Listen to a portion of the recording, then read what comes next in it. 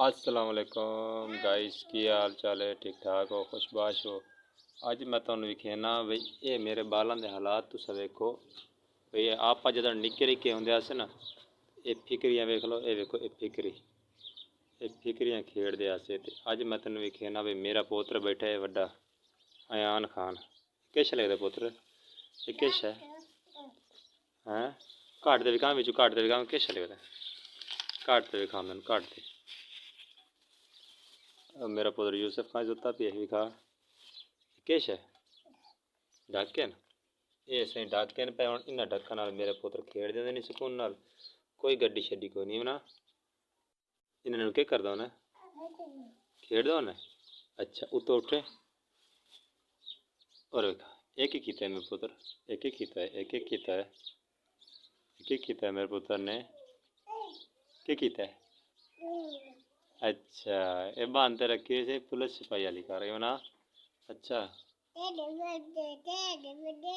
अच्छा दस दस के करदा मेरे पुत्र? खेड़ देवा दियो। अच्छा कितने खेड़ देवा दियो? यूसुफ खान लै गए ने स्कूल सुता पी है, ये नहीं गया खेलन। तू नहीं गया खेलन यूसुफ खान? है तू किधर नहीं गई है? तू किधर नहीं गई? तेरे दिल आ जाते डर है हंसते हंसते। ओए तेरा दिल ही करता जा हूँ अच्छा।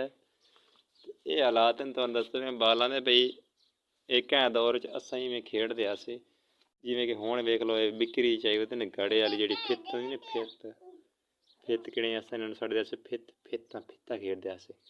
ये हुण ढक्कना नाल खेड़ते पै नहीं। आहा ते शाहपुर बन ते बैठा है नाल आदि कुर्सी गाते चूहा नजोटा लेंदा बैठा है सुकून बैठा है। तो मेरी सुहानी की करते वधी मैं वही वेख लवां भी सारे जो आपदे काम ते लगे बैठे ने। तू क्या करती बैठी है? अस्सलाम वालेकुम गाइस, की हाल चाल है? उम्मीद करती हूँ सब ठीक ठाक होंगे। तो अल्हम्दुलिल्लाह मैं भी ठीक ठाक हूँ।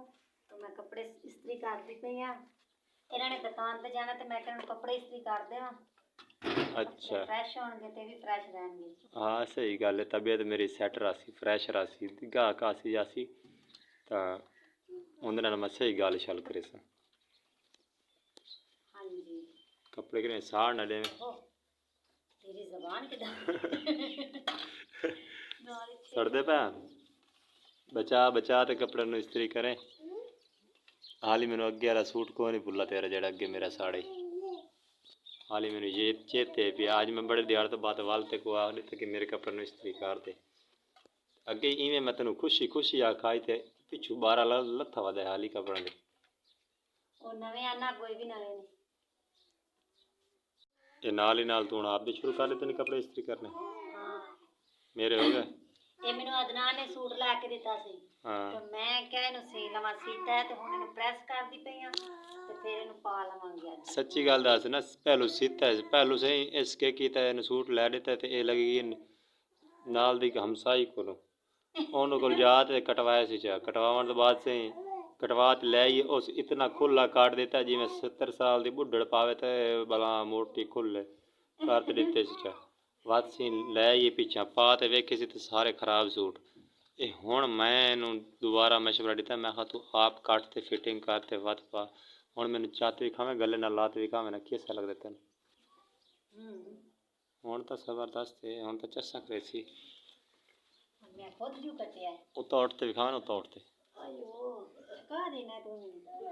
हाँ इंज है हुण तेन पूरा आया खड़े वेखे ना। अगे तो इंज लगदा जिवें कपड़ा दे विचों तू किते बाहर गए वधी। मैं कटिया सी ना दोबारा ताडे आखे च लग गई है। आखे तो मेरे तो लगना ही है, मैं तेन सीधा मशवरा जो दिता है। ते हुण तो बड़ा पे सूट वेख लै चस कराई पी पहलू कोई नहीं चस है कोई। अच्छा अज इस्त्री करदी भी खैर है तेनू? आज इनू इस्त्री करके पावांगी। अच्छा क्या बात है तेरी। चलो ठीक है गाइस। पा के ते फिर फेरन टुरन जावांगी।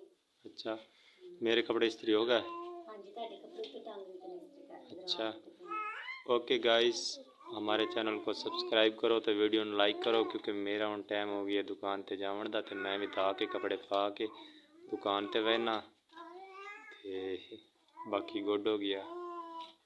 अल्लाह हाफिज़। Bye bye. Bye bye.